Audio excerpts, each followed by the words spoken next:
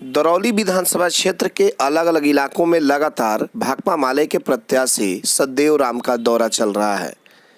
हम आपको लगातार दिखा रहे हैं कि किस तरीके से सतदेव राम कभी आंदर तो कभी आसाव तो कभी दरौली विधानसभा क्षेत्र के अलग अलग क्षेत्रों में जा रहे हैं और लोगों तक जा कर के अपनी बातों को रख रहे हैं। आपको बता दें कि सतदेव राम का कहना है कि मैंने जितना विकास का कार्य कर दिया है उतना किसी विधानसभा क्षेत्र में विकास नहीं हुआ होगा। वही सतदेव राम का यह भी कहना है कि इस बार किसी का भी कोई कार्ड नहीं चलेगा और इस बार फिर से एक बार मुझे इस क्षेत्र की जनता विधायक चुनकर विधानसभा में भेजने का काम जरूर करेगी। विधानसभा में बोलने वाला नहीं चाहिए सुनने वाला। अरे गरीबों का नेता कैसा हो? अरे जीतेगा भाई जीतेगा। अरे महागठबंधन जिंदाबाद जिंदाबाद जिंदाबाद। अरे महागठबंधन जिंदाबाद जिंदाबाद। महागठबंधन जिंदाबाद जिंदाबाद जिंदाबाद। आपकी बार अरे हमारा विधायक कैसा हो? अरे महागठबंधन का विधायक कैसा हो? महागठबंधन का विधायक कैसा हो? अरे आपकी बार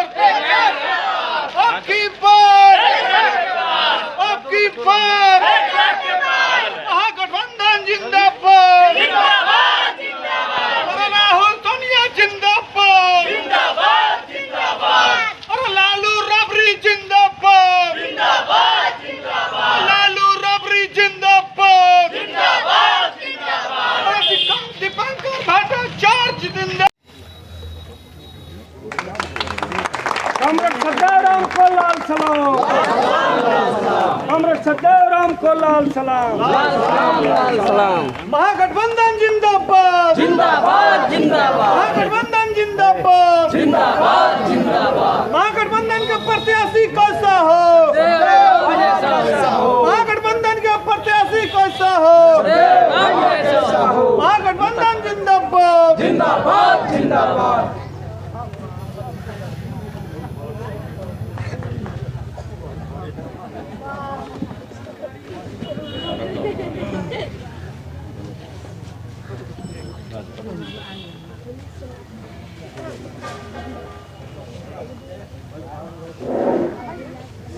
संविधान बना और संविधान से जो हमको हक मिला है ये सरकार छीनने के लिए आतुर है। रेलवे को निजीकरण कर दिया गया।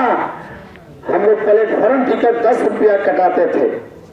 अब पूर्वी में चालू हुआ है प्लेटफॉर्म टिकट 50 रुपया।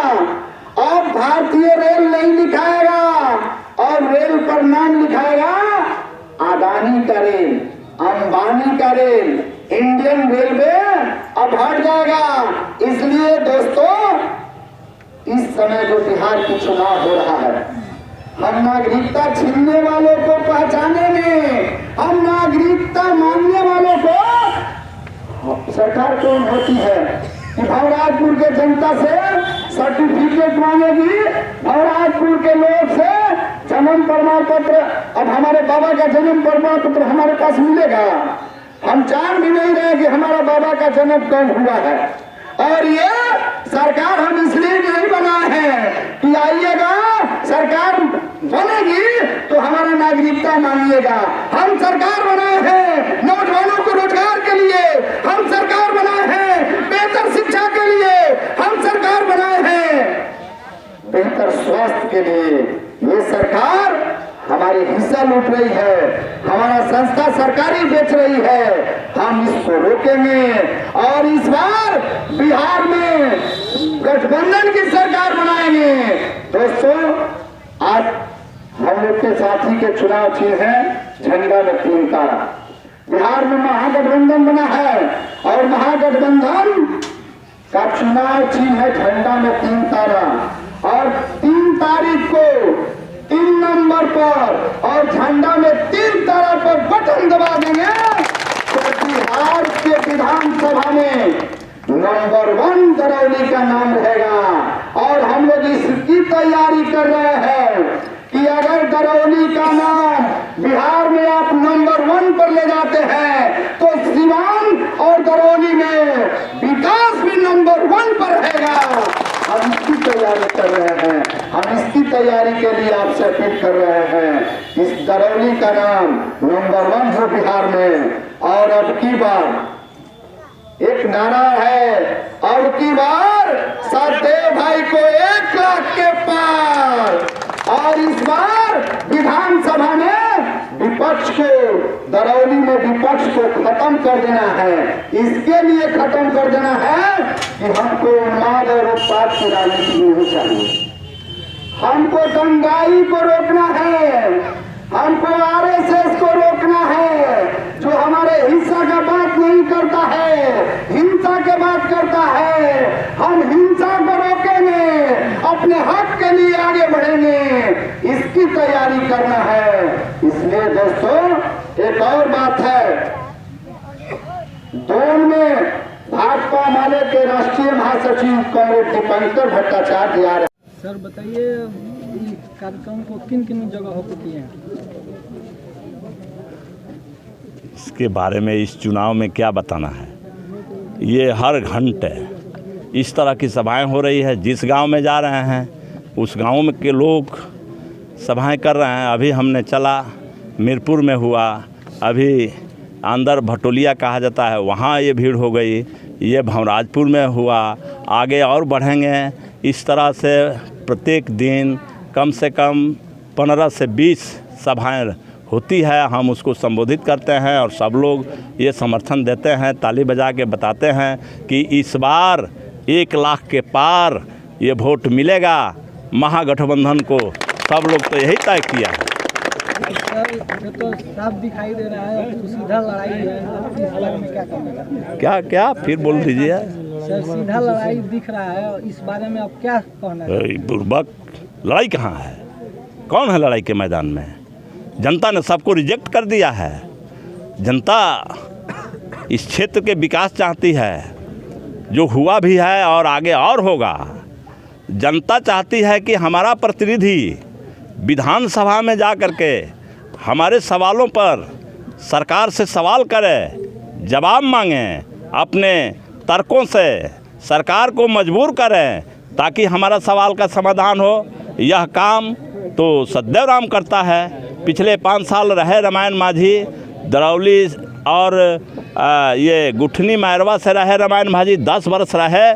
10 वर्षों में एक शब्द विधानसभा के अंदर वो नहीं बोल सके। ऐसे लोगों को जनता क्यों स्वीकार करेगी? रिजेक्ट कर दिया है। हम जनता के सारे सवालों पर, चाहे वो विधानसभा में उनके सवालों पर गरजने की बात हो, उस समस्याओं को हल करने की बात हो, चाहे विकास के सवाल हो, चाहे वो तियर से आंदर तक सड़क की बात हो, इस गांव में भी आंदर से नरेंद्रपुर की बात हो, या स्कूल की बात हो, या पुल की बात हो, या सरजू नदी में पुल बनाने की बात हो, दोन में रेफरल हॉस्पिटल बनाने की बात हो, ये सारे काम जो हुए हैं और इसको लोगों ने नोटिस लिया है। मैं कल भी बताया था कि इस क्षेत्र में एक भी गांव ऐसा नहीं है जो ये कह सके कि हमारे गांव में कोई विकास का काम नहीं हुआ है। सारे गांवों में हमने ये काम किया है और ये विकास के भी सवाल लोगों के जहन में है और असेंबली के भी सवाल लोगों के जहन में है, और इसलिए सारे लोग हमको ये समर्थन दे रहे हैं और बड़ा समर्थन दे रहे हैं। रिकॉर्ड मत से जिताने का समर्थन दे रहे हैं। हमारे चैनल के माध्यम से यहाँ के जनता के लिए क्या कहना चाहते हैं? आपके चैनल के माध्यम से हम दरौली विधानसभा के जनता से यही आग्रह करेंगे, अपील करेंगे कि आपने जो रास्ता पकड़ा है वह सही रास्ता है।